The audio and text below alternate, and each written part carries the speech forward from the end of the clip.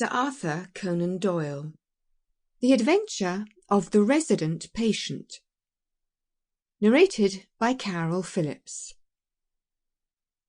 In glancing over the somewhat incoherent series of memoirs with which I endeavoured to illustrate a few of the mental peculiarities of my friend Mr. Sherlock Holmes, I have been struck by the difficulty which I have experienced in picking out examples which shall in every way answer my purpose. For in those cases in which Holmes has performed some tour de force of analytical reasoning, and has demonstrated the value of his peculiar methods of investigation, the facts themselves have often been so slight or so commonplace that I could not feel justified in laying them before the public. On the other hand, it has frequently happened that he has been concerned in some research where the facts have been of the most remarkable and dramatic character, but where the share which he has himself taken in determining their causes has been less pronounced than I, as his biographer, could wish.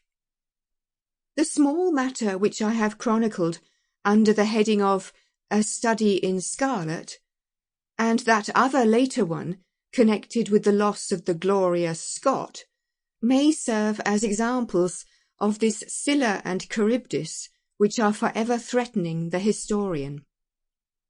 It may be that in the business of which I am now about to write, the part which my friend played is not sufficiently accentuated, and yet the whole train of circumstances is so remarkable that I cannot bring myself to omit it entirely from this series.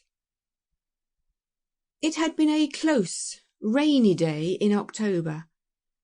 Our blinds were half drawn, and Holmes lay curled upon the sofa, reading and rereading a letter which he had received by the morning post.